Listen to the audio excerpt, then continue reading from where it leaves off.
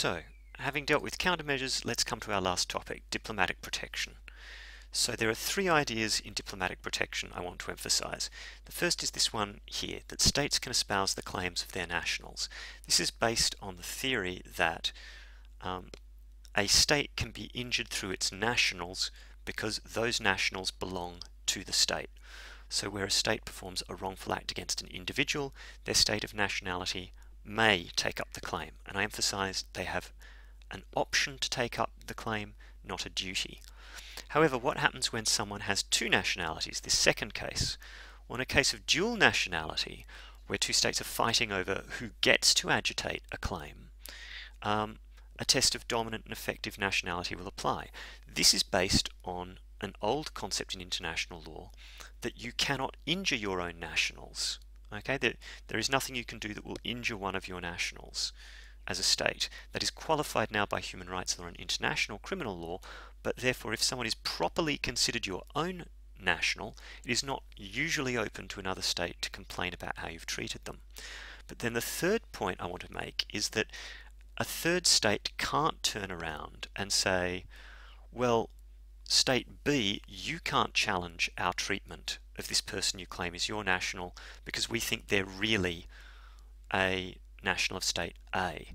The rules don't operate like that. They derive from the idea that a state is vicariously damaged by injuries to its nationals, and that a state can't, as it were, be sued on the international plane for what it does to its nationals.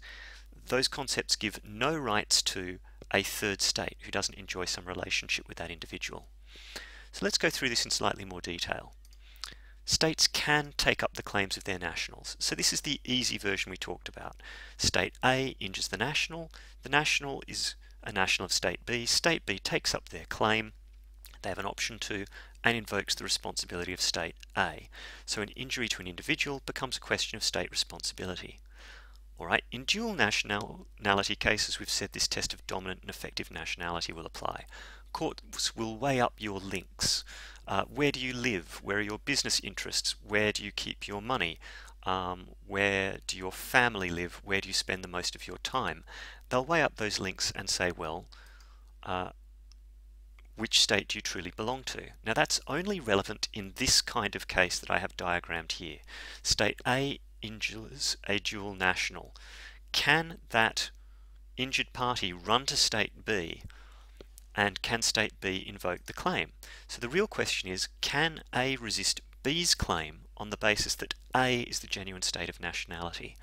Well, if they are the dominant and effective nationality, yes, on this theory that what I do to my nationals is not internationally wrongful, and therefore you, another state, cannot bring a claim based on that.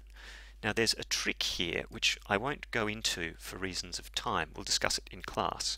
The dominant and effective nationality test makes some sense if you think about that rule, but in the ICJ case of Notenboom they espoused a different test called genuine link, one that's supported by Professor Brownlee.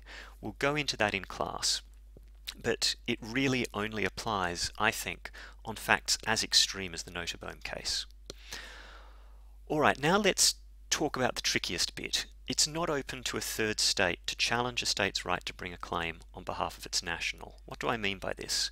I mean that nationality is relative, not objective. So think of this fact pattern. Let's start over here. Someone enjoys nationality in A and B. They have strong ties to A, but they have only much weaker ties to B. Yet when state C, and there is no national ties between C and the national at all, injures this person AB, they go to state B, and state B brings the claim. Yep, state B brings the claim against C. The point I want to make is that C has no defense that person AB is really A's national.